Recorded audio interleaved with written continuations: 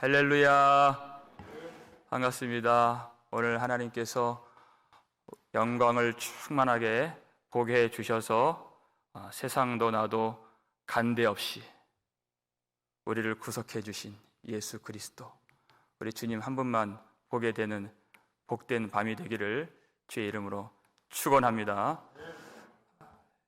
베드로가 교회 관습이 있었지만 오직 성령의 이끌림을 받아서 이방인들에게 복음을 전했습니다. 교회의 그 전통의 틀을 깨고 담을 넘어서 성령께서 기뻐하시는 그 뜻을 행하고 고넬료의 집에서 복음을 전했죠. 이 사실이 예루살렘 교회에 다 알려지게 되고 베드로가 갔을 때 베드로가 할례받은 성도들에게 이 일로 비난을 받은 것입니다. 그들은 당시 하나님께서 진행하고 계셨던 성령의 역사에 동참하지 못하고 자기 생각의 틀에 들어오지 않는 사람이 있다면 비난하기를 서슴지 않았던 것입니다. 어느 순간 판단자가 되었던 것이죠. 그런데 베드로는 당시 교회 최고 권위자였습니다. 그 말은 즉슨 하나님이 그를 세우셨다 하는 뜻이에요. 그는 아무것도 없었죠. 배운 것 없이 갈릴리에서 고기를 잡던 평범한 어부였습니다. 그런데 주님이 그를 지명하여 불러주시고 주는 그리스도시요 살아계신 하나님의 아들이시니이다. 이 고백을 베드로로 하여금 하게 만들어 주셨습니다. 주님이 너는 베드로라 그랬어요. 원래 이름이 시몬이었잖아요. 내가 이 반석 위에 내 교회를 세우리니 음부의 권세가 이기지 못하리라. 베드로는 반석이란 뜻입니다. 그의 신앙 고백 위에 주님이 주님의 교회를 세워주신다는 것이에요. 그러니까 베드로가 하는 모든 사역이 누가 하시는 일입니까? 하나님이 하시는 일이에요. 그의 행적을 보면 그걸 알 수 있어요. 오순절 성령 충만 받은 날 그가 소리를 크게 지르면서 요엘 선지자의 말을 필두로 해서 복음을 전할 때 3,000명이 구원받은 것은 베드로가 한 것이 아닙니다. 하나님이 하신 것이에요. 성전 미문에서 안진뱅이를 일으키고 죽은 다비다를 살린 것은 베드로가 아닙니다. 하나님이 하신 일입니다. 그러니 성령을 따라서 고넬료의 집에 있는 사람들에게 복음을 전하고 세례를 베풀고 성령의 역사가 일어난 것은 하나님이 하신 일이에요. 그런데 그 성령의 역사에 동참하지 못했던 사람들이 베드로를 비난한 것은 그 배후에서 역사하신, 그 속에서 일하신 하나님을 판단한 것입니다.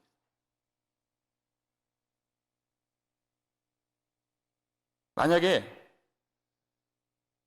교회가 아무런 일을 하지 않았다면 그런 갈등이 없습니다. 갈등이 있지만 우리가 대면하고 섬기고 사역하는 동안에 여러 가지 불일치와 어려움이 있을 수 있습니다. 그런데 성령께서 주관하시는 교회는 항상 하나님께서 그것을 뛰어넘게 만들어주시는 것이에요. 베드로를 통해서 설명을 하시는데 베드로가 무엇을 보도록 만들었죠? 이방인들이 어떠함이 아니라 우리가 그들이 처음 어떻게 예수를 믿게 되었는가 그것을 보라 그랬어요. 처음 성령 받을 때, 처음 예수를 믿을 때 우리가 어떻게 예수를 믿었습니까? 그건 전적인 하나님의 은혜였습니다. 자기 자신을 바라보게 만드는 것이.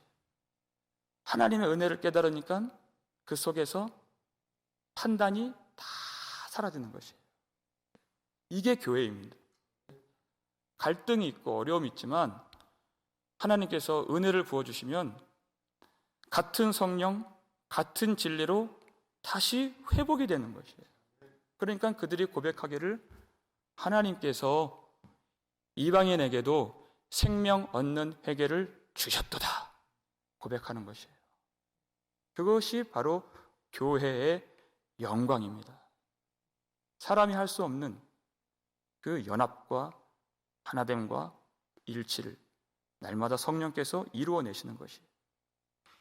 이방인들만 구원하시는 것이 아니라 이방인들의 구원을 통해서 이스라엘 백성들, 그 믿는 유대인들을 더 굳건하게 만들어주시고 세워주신 하나님, 그 속에 어딘가 남아있는 의심을 확신으로 바꿔주시고 남을 판단하는 것을 자기를 보는 것으로 바꿔주시고 그 분열과 불일치를 하나됨으로 바꿔주시는 하나님, 그분이 우리 교회의 주인 되신다는 사실을 믿으시길 바랍니다. 이 일이 왜 중요한가? 여러분, 성령께서 왜 우리를 하나 되게 만들어 주십니까? 그래야 하나님이 뜻하신 바를 이룰 수 있는 교회가 되는 것입니다. 하나님이 원하시는 뜻은 잃어버린 영혼을 찾아 구원하시는 것입니다. 교회가 평안하고 화목하고 문제없이 예배를 드리는 것 좋죠. 그런데 하나님의 뜻을 이루는 교회가 반드시 되어야 한다는 것이에요. 요한복음 17장 21절 말씀을 함께 읽겠습니다. 아버지여, 아버지께서 내 안에 내가 아버지 안에 있는 것 같이 그들도 다 하나가 되어 우리 안에 있게 하사 세상으로 아버지께서 나를 보내신 것을 믿게 하옵소서. 아멘. 예수님의 기도예요. 교회가 왜 하나 되어야 하는가? 그죠? 하나 되는 그 화목의 기쁨 좋습니다. 그리고 은혜를 받으면 하나님의 보호를 받는 것 참 좋은 것이에요. 그런데 우리가 하나님의 뜻을 이루지 못한다면 아주 많이 부족한 교회인 것입니다. 내 마음이 행복하고 가정이 평안하고 개인적으로 안전이 확보된 그 수준을 넘어서, 그 축복을 넘어서 하나님의 뜻이 있는, 또 그 뜻을 이룰 수 있는, 하나님이 사용해 주시는 그런 교회가 될 수 있어야 한다는 것입니다. 그러기 위해서 하나님이 은혜를 부어주신다 그랬어요. 그 은혜를 통해서 그들도 다 하나가 되어서 누가요? 세상으로 말미암아 아버지께서 예수님을 이 땅에 보내신 것을, 그리고 그것이 하나님의 사랑인 것을 믿게 하옵소서. 하나님이 교회에 은혜를 주신 이유, 은혜를 통해서 말씀으로 깨닫게 하시고 그 말씀으로 하나 되게 하신 이유가 바로 여기에 있는 것입니다. 하나님의 뜻을 이루어서 구원받을 수 없는 자들을 하나님의 교회를 통해서 그들을 구원하실 때 반드시 교회가 다 하나 되어야 한다 그랬어요. 하나가 된다는 것은 내가 지워지는 것입니다. 내 생각과 내 주장과 내 존재와 내 목적이 다 버려지는 것이에요. 이것은 내가 하는 것이 아니죠. 하나님의 은혜가 와야 되는 것입니다. 그리스도의 사랑이 우리를 강권하시는도다 그랬죠. 그 말씀이 고린도 후서 5장 14절인데 15절 말씀 볼까요? 읽겠습니다. 그가 모든 사람을 대신하여 죽으심은 살아있는 자들로 하여금 다시는 그들 자신을 위하여 살지 않고 오직 그들을 대신하여 죽었다가 다시 살아나신 이를 위하여 살게 하려 함이라. 우리 강조된 부분 다시 읽겠습니다. 다시는 그들 자신을 위하여 살지 않고 오직 그들을 대신하여 죽었다가 다시 살아나신 이를 위하여 살게 하려 함이라. 아멘. 나를 위해서 살지 않는 것, 그것이 하나님의 뜻이요 우리에게 은혜를 주신 목적이라는 것이에요. 나의 생각에 갇혀 살지 않고 나의 존재 속에 파묻혀 살지 않고 나의 가치 판단 속에 있지 않는 것이에요. 내가 선하다 악하다 나누지 않는 것이에요. 선악과를 먹은 그 죄 속에 거하지 않는 것이에요. 나를 위하여 살지 아니하고 나를 위해서 십자가에서 죽으시고 그리고 다시 살아나신 예수 그리스도를 위하여 살고 주님만 알고 주님만 섬기는 것입니다. 나에서 벗어나는 것이, 그것이 구원입니다. 그래서 우리는 그리스도인이 된 것이에요. 나를 위해 살지 않는다는 것입니다. 오직 예수 그리스도의 옷을 입고 주님의 은혜를 담고 주님의 이름을 전파하면서 주님의 영광을 위하여서 사는 그리스도인이 되었다는 것이에요. 여러분, 사람이 자기를 못 버리죠. 버릴 수가 없습니다. 내 생각, 내 자랑, 그리고 자기 사랑, 나의 의, 내 자존심, 그 중에서 어떤 작은 것 하나도 손해를 입으면 사람은 참지 못해요. 우리는 그렇게 할 수가 없습니다. 위로부터 부어주신 하나님의 은혜로 말미암아 은혜가 부어져야 우리는 구원을 받을 수 있는 것입니다. 나에게서 건짐받아 예수 안에 들어갈 수 있는 것이에요. 내가 보이지 않는 것입니다. 구속하신 예수 그리스도, 주님만 보이는 것이에요. 그러니까 이 초대교회 성도들이 은혜를 받으니까요, 날마다 어떻게 해요? 마음을 같이하여 성전에 모이기를 힘쓰고 그랬잖아요. 집에서 떡을 떼며 기쁨과 순전한 마음으로 음식을 먹고 하나님을 찬미하고 백성들에게 칭송을 받는, 모든 물건을 서로 통용하게 되는, 왜요? 내가 지워지니 내 소유라는 건 없는 거예요. 그게 은혜입니다. 그러니까 이 초대교회 안에 가난한 자가 한 사람도 없다 그랬어요. 왜냐하면 집 있는 자, 밭 있는 자들은 그것을 팔아서 사도들 발 앞에 두매 각 사람이 필요한 대로 나누어 주었더라 그랬죠? 하나님의 은혜가 임하니까 이런 교회가 되었어요. 그런데 우리가 봤을 때는 참 대단하다. 어떻게 밭을 팔고 집을 팔고 그렇게 사람들의 필요를 따라서 나누어 줄 수 있었을까? 참 놀랍다. 초대교회로 돌아가자, 그렇게 말할 만하다, 이렇게 우리는 생각해요. 근데 하나님의 관점으로 봤을 때는 더 큰 은혜가 필요했던 것이에요. 왜? 하나님의 뜻을 이루는 교회가 되어야 했기 때문에. 어떤 방식으로 은혜를 주셨을까요? 하나님이 그들에게 환난을 주셨습니다. 그게 하나님의 방식이에요. 오늘 본문 19절을 볼까요? 읽겠습니다. 그때 스데반의 일로 일어난 환난으로 말미암아 흩어진 자들이 베니게와 구브로와 안디옥까지 이르러 유대인에게만 말씀을 전하는데 그랬어요. 여러분, 스데반의 일로 그랬죠. 사도행전 7장에서 일어난 그 일을 말하는 것이에요. 그때 교회에 큰 박해가 일어나게 되었다 그랬습니다. 하나님이 은혜를 주신 이유는 교회가 아무런 분쟁과 문제 없이 그렇게 든든하게 서가는 것만 원하시는 것이 아니에요. 많은 제사장의 무리도 이 도에 복종하니라 그랬잖아요. 그렇게 교회가 덩어리가 커지고 덩치만 커지는 것만 하나님이 원하시는 것이 아니다. 하나님의 뜻을 이루는 교회. 내 목적과 내 생각과 내 만족을 이루는 그 교회가 아니라 하나님의 뜻을 이루는 교회가 되어야 한다는 것이에요. 잃어버린 영혼을 찾아서 구원하는 그 교회가 될 수 있도록 하나님이 더 큰 은혜를 부어주시는데, 그 은혜가 어디서 옵니까? 환난으로 말미암아요. 그 뜻을 행하는 교회로 만들어주신다 그랬어요. 그러니까 사도 바울이 항상 하나님의 뜻이 어디 있는가 그것을 분별하도록 하라 그랬어요. 너희는 이 세대를 본받지 말고 오직 마음을 새롭게 함으로 변화를 받아 하나님이 기뻐하시고 하나님이 선하시고 기뻐하시고 온전하신 뜻이 무엇인지 분별하도록 하라. 우리가 보기에는 완전한 교회 같지만 하나님이 보실 때, 달아보실 때 부족함이 보이는 교회가 될 수 있습니다.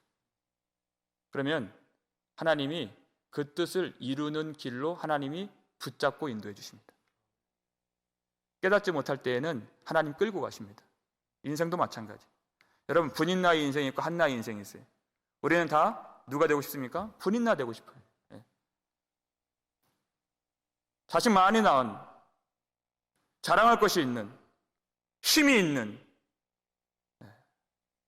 나를 뽐낼 수 있는, 폼나게 사는 그런 인생이 되고 싶죠?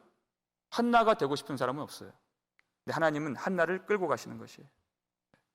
왜냐하면 그를 하나님이 사용하길 원하시기 때문에 그렇습니다. 그래서 한나에게 환난을 주신 것이에요. 하나님께 기도하게 하시고 또 아들을 드리게 하시고 또 찬양을 드리게 하시는 그 드림의 삶을 위해서 하나님이 한나에게 환난을 주신 것입니다. 하나님이 교회의 뜻을 이루기 위해서 스데반으로 하여금 자기 자신을 다 드리게 하셨어요. 생명까지도 드리게 하셨습니다. 하나님은 그렇게 하십니다. 우리가 힘으로 할 수 없는 그것을 하나님이 하십니다. 그래서 우리 인생으로 드림이 되게 하시고 주의 뜻에 순종하게 하시고 영광의 반열에 올라가게 만들어 주시는 것이에요. 그때 교회에 큰 박해가 시작되었다 그랬습니다. 그것이 사도행전 8장 초반의 내용이었잖아요. 근데 지금 그 박해가 지금까지 이어지고 있는 것이에요. 연수를 좀 계산해 보면 사울이 회심을 하고 이제 바울이란 이름으로 그가 사역을 하게 되었는데 그가 회심하고 아라비아 광야에서 그리고 다메섹에서 그리고 예루살렘까지 오는 그 기간이 3년 정도 걸렸다고 갈라디아서 1장에서 말해주고 있어요. 그리고 핍박을 받아서 다시 그의 고향 다소로 내려가서 안디옥까지 오는 그 기간을 또 한 7년에서 8년으로 봅니다. 그러니까 사도행전 8장부터 지금까지는 적어도 한 10년 정도, 꽤 긴 시간이 흐른 것이에요. 근데 그때부터 있었던 심한 박해가 지금까지 있는 것입니다. 하루아침에 끝나는 환란이 아니었다, 그 뜻이에요. 이 지속되는, 그리고 언제 끝날지 모르는 이 환란 속에서 교회는 지금 환란의 때이기 때문에 지금은 숨 죽이고 있어야 됩니다. 그렇게 하지 않았다는 것이에요. 하나님은 하나님의 일을 멈추지 않으십니다. 아니에요. 하나님이 일을 하시려고 오히려 환란을 주셨다는 것이에요.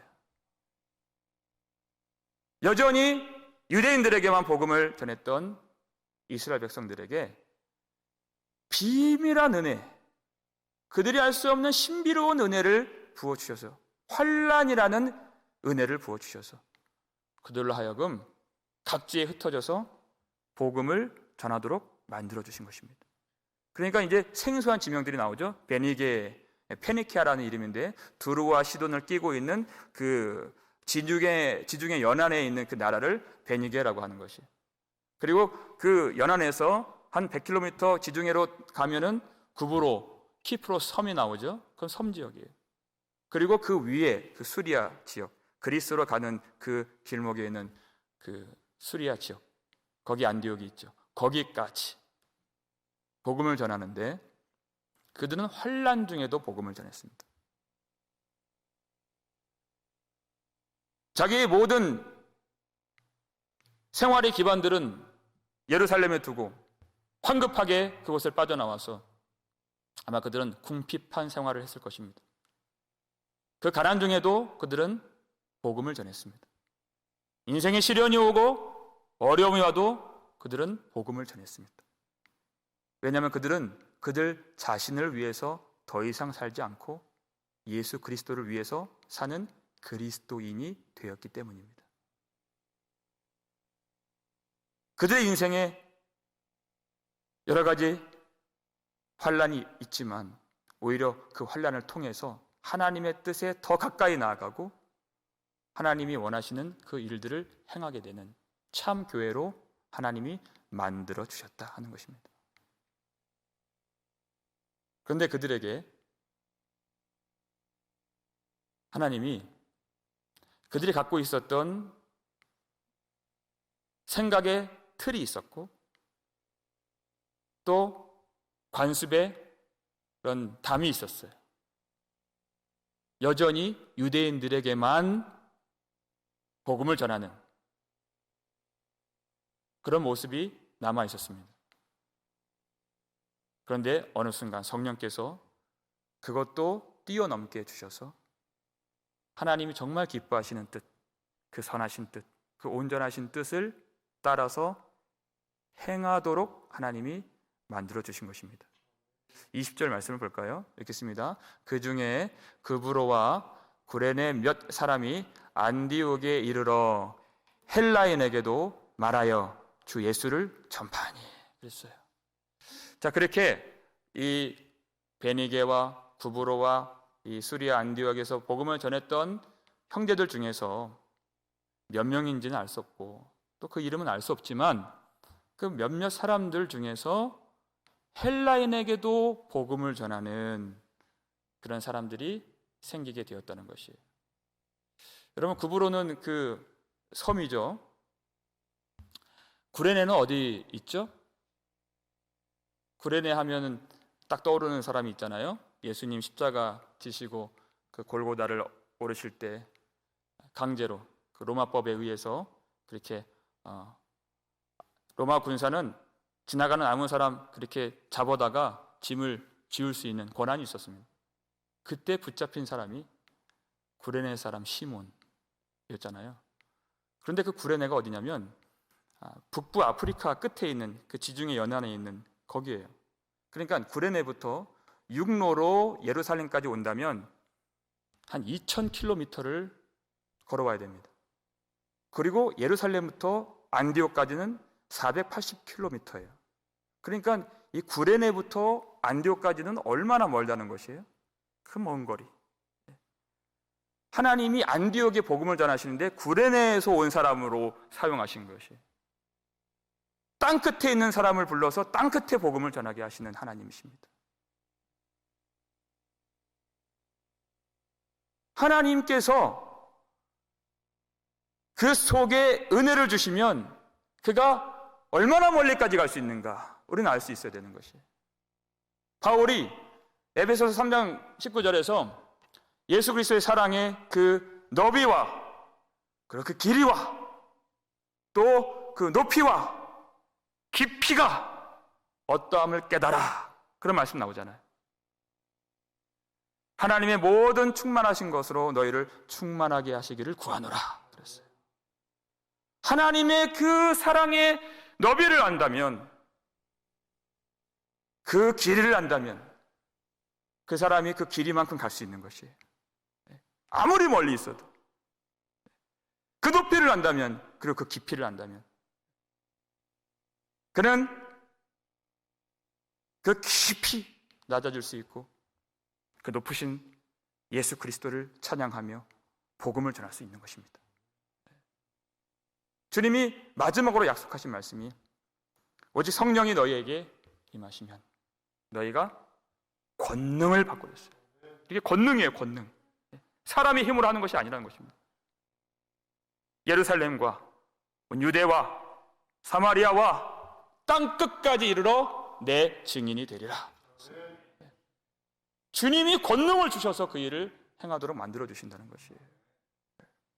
그러니까 저 밑에 있는 사람, 저 지중해 반대편에 있는 그 사람을 하나님이 뽑아서 들어서 수리아 안디옥까지 심어 주셔서 그곳에 복음을 전하도록 만들어 주신 것이에요. 그런데 그 안디옥이라는 곳이 어떤 곳인가? 안디옥은 그 수리아 지역, 모든 지역이 다 로마 통치 하에 있는 그런 지역이죠. 거기에 수도입니다. 그래서 이 로마 전역, 그리고 로마가 통치하는 모든 식민지 땅에서도 통틀어서도 로마, 그리고 알렉산드리아, 그리고 그 다음이 안디옥이에요. 세 번째로 큰 도시.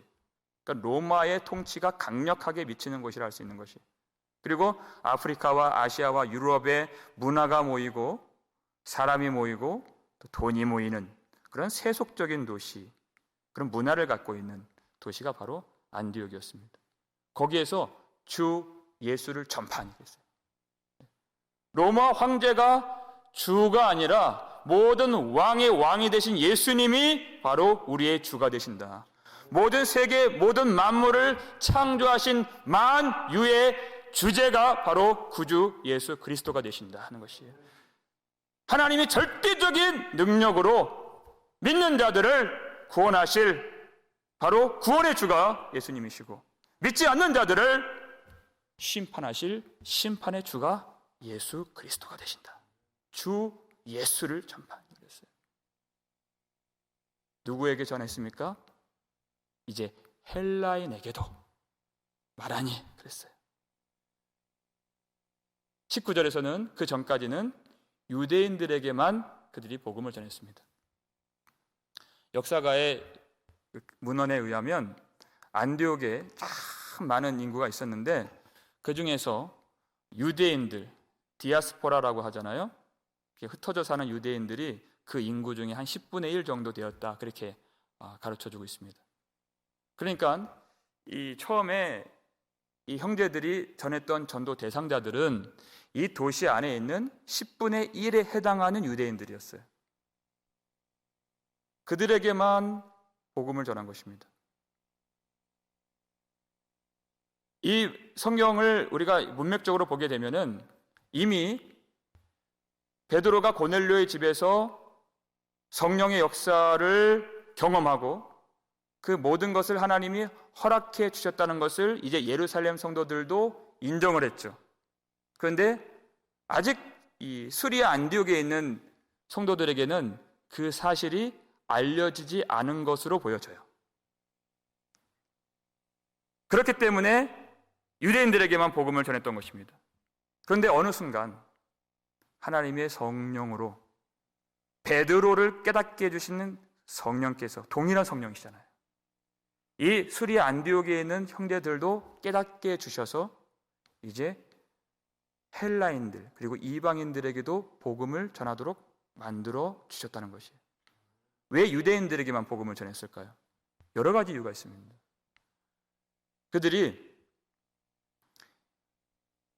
헬라인들은 도무지 말이 안 통한다고 생각하는 거예요. 언어적인 문제가 아닙니다. 이들은 헬라어를 쓸 수 있는 사람들이었어요. 그런데 이들이 사상적으로, 종교적으로는 헬라에 있는 수많은 그런 다신들을 믿는 사람들이었어요. 그러니까 유일하신 하나님을 전하기에 참 어려움이 있다, 그렇게 생각을 한 것입니다. 유대인들에게 복음을 전하는 것은 그들이 율법을 받았고 그들이 유일하신 하나님을 알고 그리고 하나님이 메시아를 보내신다는 메시아 사상이 있었기 때문에 그 메시아가 바로 주 예수 그리스도시다, 이것만 말하면 돼요. 그러니까 복음 전하기가 아주 수월한 것입니다. 그런 기본 바탕이 잘 마련되어 있었어요. 그런데 이 헬라 사람들은, 이방인들은 전혀 그런 기본이 없었던 사람들입니다. 그리고 정치적으로는 황제를 숭배해야 하는 그런 환경 가운데 있었고, 또 문화적으로는 이미 그들에게는 쾌락과 돈이 이미 그들의 신이 되어버린 그런 상황에서 종교적으로, 사상적으로, 정치적으로, 문화적으로 너무나도 복음 전하기에 어려운 사람들이 헬라인들이었습니다.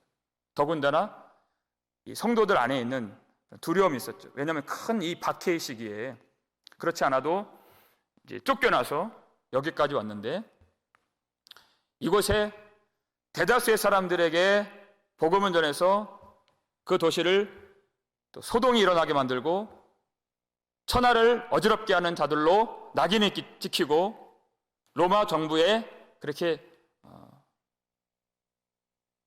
그런 눈의 가시처럼 여겨진다면 교회가 어려워질 것이라고 하는 그런 염려, 그런 불안감, 두려움 그들에게 있었습니다.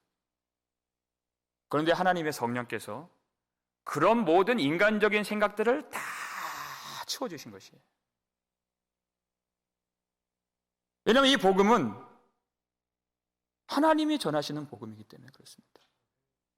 베드로를 깨닫게 만들어주신 하나님께서 그들로 하여금 복음을 전할 수 있도록, 그리고 그들 속에 있는 모든 생각의 틀, 경험의 한계, 그들의 능력의 한계까지도 다 뛰어넘고 주의 말씀에 순종하여서 이 복음을 전할 수 있도록 주님이 인도해 주셨을 때 여러분 그 열매가 얼마나 풍성하게 나타났겠습니까? 오늘 본문 21절 말씀입니다. 읽겠습니다. 주의 손이 그들과 함께 하심에 수많은 사람들이 믿고 주께 돌아오더라. 아멘. 그랬어요.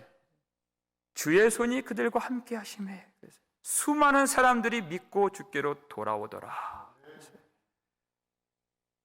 그들이 성령의 인도하심을 받고 하나님의 뜻을 깨닫게 되어서 단지 그들은 명령에 순종했을 뿐인데 수많은 사람들이 안디옥에 있는 처음에는 그 10%에 해당하는 그 소수의 사람들에게만 복음을 전했다가 이제는 그 다수의 사람들에게 복음을 전하게 된 것이 성령께서 눈을 바꿔주신 것입니다. 어떤 마음입니까? 사상적으로 안 되고 문화적으로 안 되고 정치적으로 안 되고 종교적으로 안 되고 여러 가지 상황적으로 안 된다는 그 생각들을 다 물리쳐 주시고 오직 예수님께서 무리를 보실 때 갖고 계셨던 그 마음, 그 불쌍히 여기는 마음, 오직 저들도 목자 없는 양같이 기진하고 고생하고 목마른, 그리고 하나님이 찾으시는 그 영혼들로 성령께서 보게 만들어 주신 것이에요. 우리에게 간절히 예수님이 필요하듯이 저들에게도 주님이 꼭 필요하다는 사실을 성령께서 알게 해주신 다음에 복음을 전했을 때 수많은 사람들이 예수를 믿고 주님께로 돌아오는 구원의 역사가 나타나게 된 것입니다. 주님이 그것을 약속해 주셨어요. 너희는 가서 그랬어요. 모든 족속으로 제자를 삼으라. 모든 족속으로, 모든 족속으로, 모든 나라, 하나님이 창조하신 모든 사람에게 가서 제자를 삼고 아버지와 아들과 성령의 이름으로 세례를 베풀고 내가 너희에게 분부한 모든 것을 가르쳐 지키게 하라. 주님이 그랬잖아요. 볼지어다, 볼지어다 내가 세상 끝날까지 너희와 항상 함께 있으리라. 반드시 보게 될 것이다. 반드시 너희들이 경험하게 될 것이다. 복음을 전하지 아니하면 우리는 경험할 수 없습니다. 모든 한계를 뛰어넘고 오직 성령에만 순종하여서 많은 안 된다는 그런 조건들 다 벗어버리고, 왜? 내가 지워졌기 때문에 내 생각조차 의미가 없는 것이 오직 성령의 이끌림바 되어서 이 복음을 전하는 것입니다. 내가 너희와 항상 함께 있으리라. 하나님께서 이 교회는 주님의 손으로 세우신다는 것을 분명하게 경험하는 것입니다. 주의 손이 그들과 함께 하심에. 우리의 경험으로 여러분 사역을 하는 것이 아닙니다. 그들은 유대인에게 복음을 전하는 것이 익숙한 일이었습니다. 여러분, 우리가 익숙한 일을 한다고 열매가 많이 나타나는 것이 아니에요. 내가 잘하는 것을 한다고 열매가 많이 나타나는 것이 아닙니다. 우리가 이 보배를 질그릇에 가졌으니 그랬어요. 왜 하나님 이렇게 연약한 우리에게 복음을 맡겨주셨을까? 그렇게 못하는 사람에게 이 복음을 맡겨주셨을까? 여러 가지로 부족함이 많이 보이는 사람에게 이 복음을 맡겨주셨을까? 이 보배를 질그릇에 맡겨주신 거예요. 금방 깨지기 쉬운. 왜냐하면 이는 힘이 큰 능력이 하나님께만 있고 우리에게 있지 않음을 알게 하려 하심이라 그랬어요. 힘이 큰 능력은 하나님께만 있는 것입니다. 주의 손이 그들과 함께 하심이. 우리가 순종하여서 복음을 전하기만 하면 수많은 안 된다는 그런 조건들이 넘쳐나는 그런 상황 속에서도 그 복음의 능력으로 그 사람의 불신앙을 뚫고 들어가서 예수를 믿고 주님께로 돌아오게 만들어 주신다는 것이에요. 아무리 많은 수의 그리스의 신들을 믿어도 그 수많은 신들이 예수 그리스도 우리 주님께서 그 복음 가운데에서 그것들을 다 물리쳐 주신다는 것입니다. 아무리 깊이 세상 속에 박혀있는 어떤 사람이라 할지라도 복음으로 그들을 건져내 주시고 주님께로 올 수 있도록 주님이 주의 손으로 그 일을 역사해 주신다는 것입니다. 여러분, 그래서 우리는 우리의 힘을 의지하며 사역을 하는 사람들이 아닙니다. 이제까지 우리가 경험했던 그것으로 사역을 하는 사람들이 아닙니다. 우리의 지혜로서 우리가 일하는 사람들이 아닙니다. 주의 손이 그들과 함께 하심에 그랬어요. 아무리 환난이 찾아오고 여러 가지 교회가 억압을 당하고 우리 인생이 사방에 우겨쌈을 당한다 할지라도 주님이 이기신다는 것입니다. 음부의 권세가 이기지 못하리라 그랬어요. 세상 권세가 가장 강하게 일어나는 그 수리아 안디옥 한복판에서 하나님은 주의 손으로 주님의 교회를 우뚝 세우셨습니다. 세상 권세도 그 어떤 환난도 음부의 권세도 주님이 뜻하시면 주님이 세우시면 그 교회를 해할 수가 없는 것입니다. 주님의 손에 붙들림 바 된 교회는 절대 망하지 않는 것입니다. 많은 어려움이 보이고 연약함이 보인다 할지라도 이 교회는 주님의 교회입니다. 내가 이 반석 위에 내 교회를 세우리니 말씀하셨어요. 이 어려운 시대에 이렇게 환난 때에는 우리가 숨 죽이고 있는 것이 더 낫다. 이런 세상 가운데에서는 우리가 잠잠히 있는 것이 상책이다. 여러분, 절대 그렇지 않습니다. 하나님이 하나님의 일을 하시려고 지금 이러한 때를 허락해 주신 것입니다. 우리가 알 수 없는 그 비상한 그리고 그 신비한 은혜를 경험케 해주셨어요. 그저 우리는 익숙한 곳에 안주하고 편한 것을 좋아하고 우리는 내 경험 속에 있기를 좋아하는 우리이지만 하나님 그것에서 벗어나게 해주시는 것이에요. 하나님의 방법으로, 하나님의 지혜로, 하나님의 능력으로 우리로 그 거룩한 일로 사용하기를 원하신다는 것입니다. 그래서 우리는 하나님이 일어나라 그러면 우리는 일어나야 되는 것이에요. 우리는 선포하라 그러면 우리는 복음을 선포해야 되는 것입니다. 빛을 발하라 그럼 빛을 발해야 되는 것이에요. 그러면 주의 손이 우리와 함께 계심을 믿을 수가 있는 것입니다. 경험할 수가 있는 것입니다. 그런데 놀라운 것은 우리 마지막으로 이 한 가지만 살펴보고 설교를 마치겠습니다. 안디옥 교회는 여러분 잘 아시잖아요. 이방인들을 위한 최초의 교회예요. 정말 이 성경, 이 사도행전 역사 가운데에서 너무나도 중요한 그런 교회가 지금 세워지는 순간에 있는 것입니다. 그런데 그 일을 하도록 하나님이 사용하신 자들의 이름이 나오질 않아요. 몇 명인지 나오질 않아요. 베드로는 명실공히 으뜸 사도입니다. 기둥 사도예요. 그러니까 고넬료의 집에서 하나님이 그를 사용하셨다는 그 사실은 우리가 충분히 납득이 가능해요. 이해가 가능해요. 그렇게 할 만하지. 할 수 있어요. 그런데 이렇게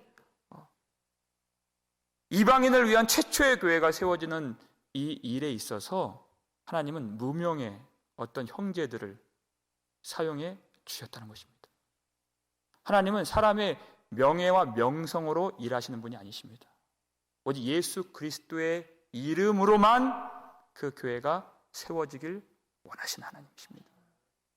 이름 없이 빛도 없이 그들이 누구인지 우리는 알지 못하지만 하나님은 그들을 아시죠. 그들은 하나님의 큰 상을 받은 사람들입니다. 그 상이 무엇입니까? 주 예수 그리스도. 그 상을 이미 받았기 때문에 주 예수를 전파했던 것이에요. 이미 상을 받은 것입니다. 이미 품삯을 받은 것이에요. 그러니까 전하지 않을 수가 없었던 것입니다. 세상이 알아주지 않고 사람들이 박수 쳐주질 않아도 전혀 문제가 되지 않아요. 주님이 그들을 아시기 때문에, 그리고 그들이 주님을 알기 때문에 누가 세웠는가 이름이 나타나지 않아도 전혀 그것은 문제가 되질 않습니다. 그들이 주님을 알고 또 그들이 전파하는 자들이 주님을 알면 그것으로 족한 것입니다. 세상의 명예를 바라지 않고 부를 바라지 않고 성공을 바라지 않고 오직 예수 그리스도만 알며 그리스도만 전하는, 예수 그리스도 이름 안에서 하나님께서 사용해 주시는 그런 우리 복음 장로 교회가 될 수 있기를 주의 이름으로 축원합니다. 그때 우리 힘이 연약해지고 우리가 지혜가 없고 환란이 우리를 우겨싸고 있는 그런 상황 속에서도 여러분 두려워하지 마시고 낙심하지 마시고 주의 손이 그들과 함께 하심에, 이 말씀 붙잡고 우리로 우리 한계를 뛰어넘는 것을 하나님 보게 해주시고 우리의 발걸음을 주님이 주장해 주셔서 예수의 마음, 그 한 영혼을 불쌍히 여기시는 그 마음 우리가 품고 주님께서 이 말씀을, 주 예수를 전파하게 하실 때 수많은 사람들이 주님 품으로 돌아오게 되는, 그렇게 쓰임받는 우리 복음 장로 교회가 되기를 주의 이름으로 축원합니다.